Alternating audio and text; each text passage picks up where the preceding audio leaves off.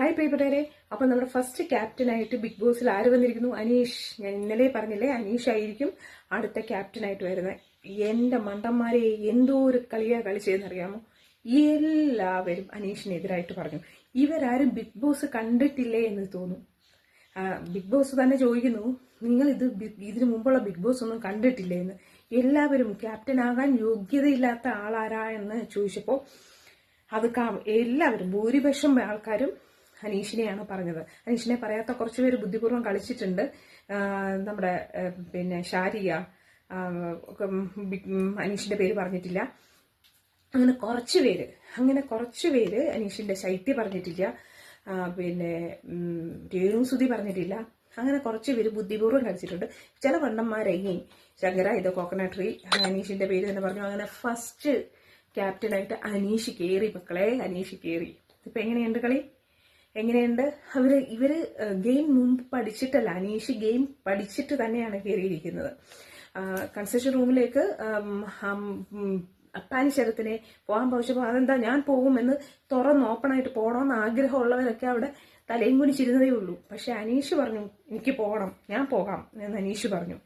അപ്പോൾ എന്താ പറയുന്നത്, ഗെയിം കളിക്കാൻ പലരും ഗെയിം സ്റ്റാർട്ട് ചെയ്തു. സേഫ് ഗെയിമിന് ഇഷ്ടം പോലെ പേരുണ്ട് കേട്ടോ. ഒറ്റ പണിയില്ലാതെ സേഫ് ഗെയിമുമായിട്ട് കുറച്ച് പേരിപ്പോട്ട് അവരൊക്കെ പുറത്താവും, യാതൊരു സംശയവുമില്ല. പക്ഷെ അനീഷ് ഫസ്റ്റ് ക്യാപ്റ്റനായി. കാര്യം അനീഷ് കളിച്ചു തുടങ്ങി. ഈ പ്രൊവോക്കേഷനൊക്കെ ഉണ്ടാകുന്ന അനീഷിന്റെ ഗെയിമിൽ നിന്നല്ലേ. അനീഷ് ഈ രീതിയിൽ നല്ല രീതിയിൽ വാതുറന്ന് സംസാരിച്ചുകൊണ്ട് കളിച്ചാൽ അയാൾ അങ്ങ് പോവും, നല്ല രീതിയിൽ നിൽക്കും. അല്ലെങ്കിൽ വേറെ ആൾക്കാർ സ്കോർ ചെയ്യും. നമ്മുടെ റിയ ഫാത്തിമ, ആ കുട്ടി മിട്ടിക്കാണ്. അവള് എന്താ കൊച്ചുകുട്ടി, അവളുടെ ഗെയിം ഒന്ന് കാണാനുണ്ട്. അവൾ ഗെയിം പഠിച്ച് കളിക്കാൻ തന്നെ ഇറങ്ങി വന്നിരിക്കുകയാണ്. ഒരു കാര്യവുമില്ലാതെ നമ്മുടെ രുദ്രൻ ഷാനവാസ്, പണ്ടത്തെ രുദ്രനൊക്കെ ഒരു കാരണമില്ലാതാണ് അനുമോളെയൊക്കെ പറഞ്ഞിരിക്കുന്നത് യോഗ്യരല്ല എന്ന് ചോദിച്ചപ്പോൾ അനുമോളുടെ പേര് പറഞ്ഞിരിക്കുന്നത്. അയാളോട് രാവിലെ നടക്കാൻ ഇറങ്ങിയിട്ട് അത് കംപ്ലീറ്റ് ചെയ്തില്ലെന്ന്. അതൊക്കെ ചുമ്മാ സേഫ് കളി കളിക്കുകയാണ്.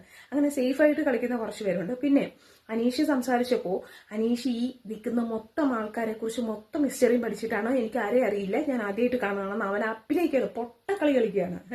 പക്ഷെ ഇവരെ എല്ലാം അറിയാം. അതിന്റെ ഒന്നാമത്തെ ഉദാഹരണമാണ് ഷാരിയ. ഒരു ഹോട്ട് സീറ്റ് കൈകാര്യപ്പെടുന്ന ആളാണ് എന്ന് പറഞ്ഞു കഴിഞ്ഞപ്പോൾ തങ്ങളുടെ ഹോട്ട് സീറ്റിൽ ഇരിക്കുന്നവരെ മോശമാക്കുന്ന രീതിയിൽ സംസാരിക്കുന്ന കാര്യങ്ങളൊക്കെ ഇവർ കാണാനിട്ടാ ചോദിച്ചത്, കണ്ടിട്ട് തന്നെയാണ് ചോദിച്ചത്. പക്ഷെ മിടിക്കുകയാണ് ഷാരിക. അവൾ അതിന് വ്യക്തവും കുറിക്കൊള്ളുന്നതായ മറുപടി കൊടുത്തിട്ടുണ്ട്.